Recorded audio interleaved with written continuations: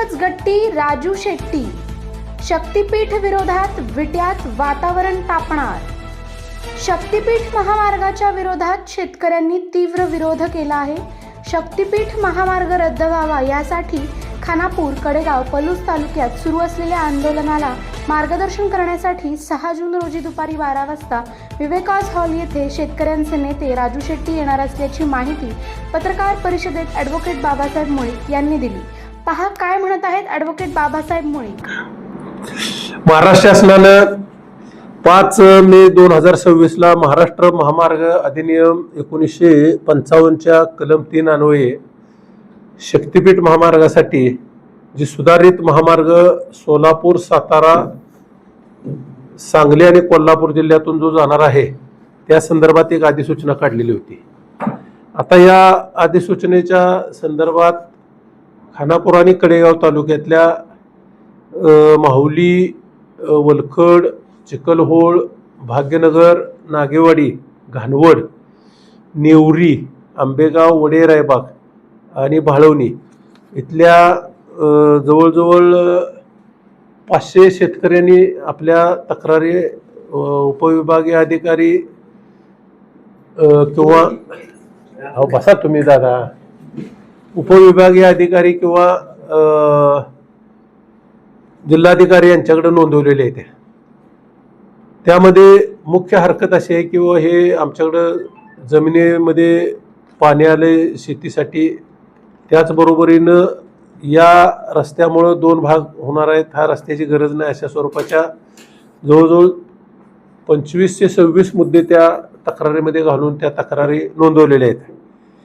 आता ह्या आंदोलनाला गती देण्यासाठी ह्या आंदोलनाचं नेतृत्व करणारे माजी खासदार शेतकरी संघटनेचे नेते राजू शेट्टी साहेब यांची 6 जून शनिवार रोजी दुपारी साधारण 12 वाजता मायनी रोडवरील विवेकास हॉलमध्ये एक सभा आपण आयोजित केलेली आहे आणि त्या सभेला खानापूर आणि कडेगाव आणि आसपासच्या परिसरातले शक्तीपीठ बाधित अधिक त्या गावातले सुद्धा बरेच ग्रामस्थ या ठिकाणी येणार आहेत. आता आमची मुख्य भूमिका या संदर्भातली अशी आहे की आता एकंदरीत सांगली जिल्ह्याचा नुसता विचार जरी करायचा झाला तरी माहुलीपासून ऐतवड्यापर्यंत कुरळप, ऐतवडे, कामेरी मोठं आंदोलन वाळवा तालुक्यामध्ये झालं आहे. गोगाव, कुंडल, पलूस तालुक्यात देवराष्ट्र किंवा देवराष्ट्रापासून नेवरीपर्यंत तिने तर असा लॉंग मार्च वजा दीपक लाड आणि या सर्व मंडळींनी पायी दौरा केला नेवरी ते घोगाव असा. त्यामुळे आंदोलनाचं स्वरूप आहे. कामेरीमध्ये मोठं मेळावे झालेले आहेत, कामेरीच्या महिलांची मोठी फेरी झाली, अशा पद्धतीनं आंदोलन सुरू आहे. स्थिती बघता असं दिसून येते की सगळ्याच लोकांचा त्या शक्तीपीठ महामार्गाला विरोध आहे अशी भूमिका झालेली आहे. आता तर ह्या 3च्या अधिसूचनेचा पुढचा भाग असा राहणार आहे की 3च्या अधिसूचनेनंतर कलम 7ची अधिसूचना काढली जाते. मध्ये त्या 2 ह्याच्यामध्ये साधारण 60 दिवसाचं अंतर ठेवून कलम 7ची अधिसूचना काढली जाते. आता ह्या संदर्भात माडा किंवा करमाळा आता सोलापूरमध्ये त्या मोजण्या सुरू झालेल्या आहेत आणि त्या मोजण्या सुरू झालेल्या आहेत. तिथं निमगाव मगराचं म्हणून जे गाव आहे त्या माळशिरसमध्ये तिथं शेतकरी आंदोलन करायला गेले. तिथल्या आजूबाजू शेतकरी जमले, पुन्हा पोलीस आले, काय खटले झाले, लाठीमारासारखं थोडं स्वरूप तयार झालं. करकमच्या शेतकऱ्यांनी त्यांना येऊनच दिलं नाही पंढरपूर तालुक्यामध्ये. तिथंही काहीतरी त्या अधिकाऱ्यांच्या म्हणजे शासन ह्या थोडं दडपशाहीचा अवलंब करून हे मोजण्या वगैरे करून घेण्याच्या विचारात दिसते. तर आमचं म्हणणं असं आहे की एक या संदर्भात पर्यावरणविषयक जे बदल होणार आहेत ह्या पर्यावरण कायद्यामध्ये एक जनसुनावणी घेण्याची तरतूद आहे. म्हणजे अगदी लहान किरकोळ जरी गोष्ट पर्यावरण कायद्याअंतर्गत करायची झाली त्यामध्ये बदल होईल तर त्याला जनसुनावणी घेतली जाते. जे बाधित आहेत त्याबरोबरीने त्या गावातल्या लोक ह्या सगळ्यांना जाहीर पेपरमध्ये बोलवून जनसुनावणी घेतली जाते. तर आमचं म्हणणं ह्या शक्तीपीठ महासागराच्या संदर्भामध्ये ह्या गावामधून जनसुनावणी घेतली जावी, म्हणजे कोणाचे 10 जणांचा विरोध आहे का सगळ्या गावाचाच विरोध आहे ह्या गोष्टीसुद्धा स्पष्ट होतील. दुसरं मग ग्रामसभेचा एक कायदा केलेला आहे की एखाद्या गावामध्ये काय गावाचं मत आहे ते आजमावून घेण्यासाठी ग्रामसभा. तर शासनानं आता एवढ्या लोकांच्या तक्रारी झाल्यानंतर ह्या संदर्भात जनसुनावणी घ्यावी आणि ग्रामसभांचं आयोजन करून गावाचं मत आजमावून घेऊन मग पुढची कारवाई करावी. आणि ती जर जनसुनावणी आणि ग्रामसभेमध्ये स्पष्ट झालं तर या 3ची अधिसूचनाच रद्द करून हा महामार्ग रद्द प्रामुख्याने मागणी. यामध्ये आता आपल्याकडे आता आपण बघतोय की गेल्या 15 दिवसापूर्वी देशाचे पंतप्रधान नरेंद्र मोदी साहेबांनी एक आव्हान केलं लोकांना की आता काही जागतिक परिस्थितीमुळं आपल्याकडे टंचाईची परिस्थिती झालेली आहे आणि मग सोनं खरेदी करू नका, डिझेल पेट्रोल कमी वापरा, परदेशी प्रवास करू नका, म्हणजे काटकसरीचे अनेक मार्ग अवलंबायला सांगितलेत. तर आम्हाला असं वाटतंय की नरेंद्र मोदींच्या नेतृत्वाखाली देवेंद्र फडणवीस हे काम करतात. हे 110 लाख कोटी रुपये हे ह्या रस्त्यावर खर्च होणार आहेत आणि सगळ्याच लोकांचा विरोध आहे. अशा परिस्थितीत 110 लाख रुपये वाचतील सरकारचं किंवा खर्च होणार नाही, ती कर्ज काढून खर्च करायचे आहेत. तर हा रस्ता जर तिने रद्द केला मोठ्यापणानं नरेंद्र मोदीच्या आव्हानाला प्रतिसाद देऊन, तर मग सगळ्याच लोकांच्यावर आमच्या एक उपकार होतील असं म्हणूया आपण की हे डोक्याचा ताप जाईल.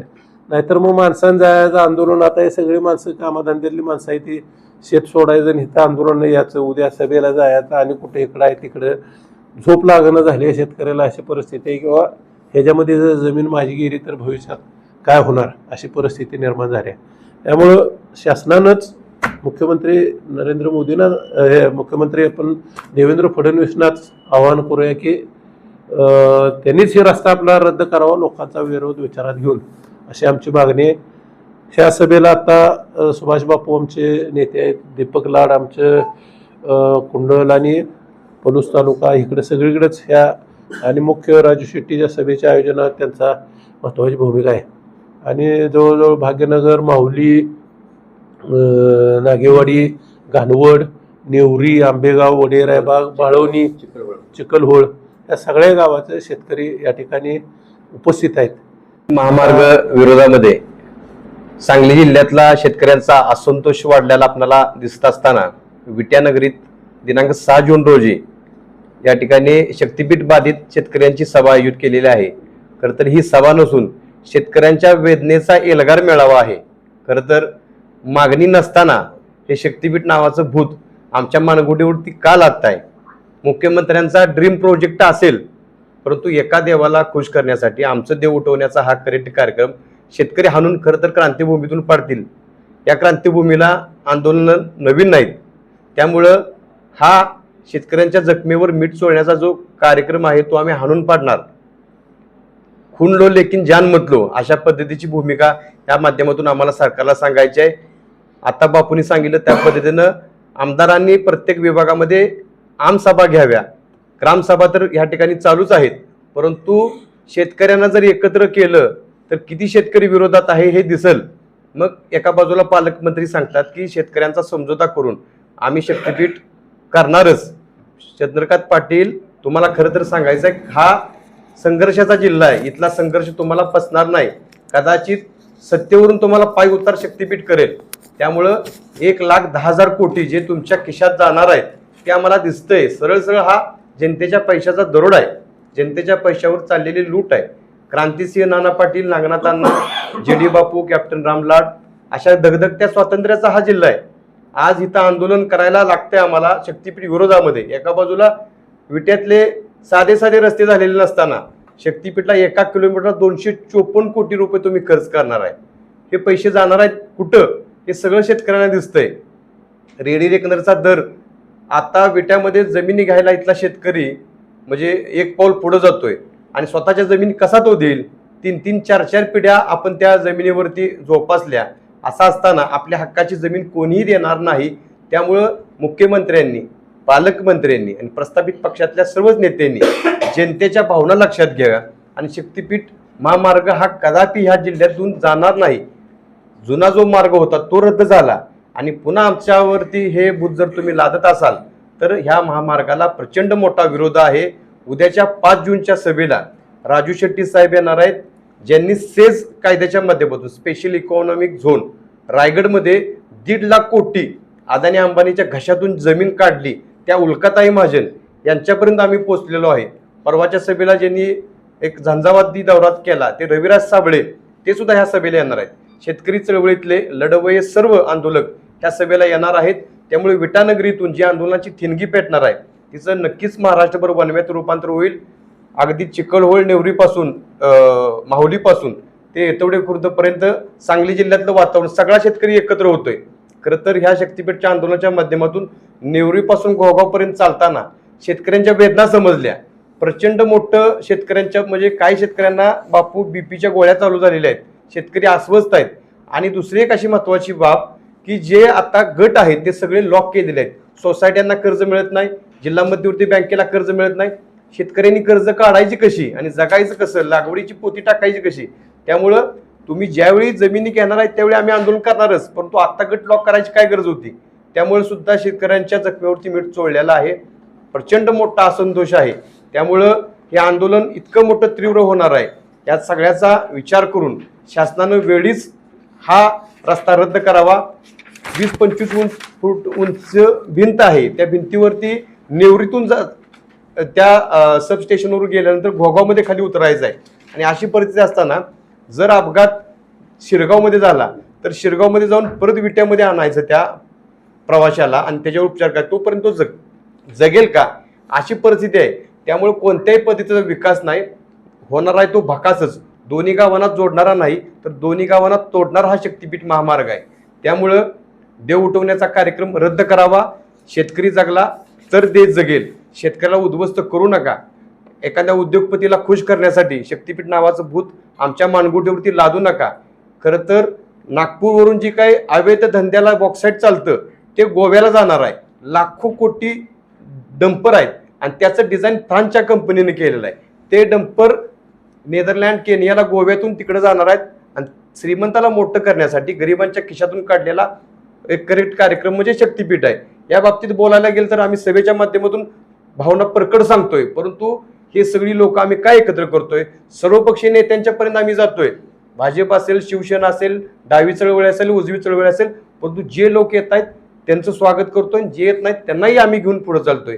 या तालुक्यामध्ये आदरणीय ॲडव्होकेट बाबासाहेब मुळीक, आदरणीय भाई ॲडव्होकेट सुभाषबाबू पाटील यांच्या नेतृत्वाखाली उद्याची ही सभा होणार आहे. परंतु माझं या निमित्तानं प्रत्येक तालुक्यामध्ये हे आंदोलन जिवंत ठेवण्यासाठी तिथल्या प्रस्थापित नेत्यांना एक आव्हान आहे.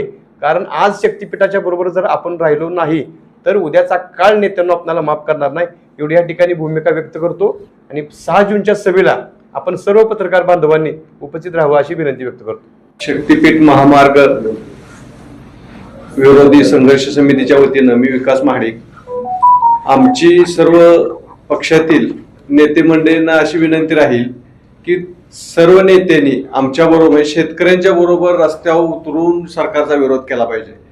नुसतं एखादं स्टेटमेंट जारी करून स्टेटमेंट देऊन आम्ही शेतकऱ्यांच्या बरोबर आहे, शेतकऱ्यांनी लढावं असं म्हणून उपयोगाचं नाही. तर शेतकऱ्याच्या बरोबर जमिनीवर येऊन तुम्ही लढलं पाहिजे आमच्या बरोबर, अशी आमची मागणी आहे.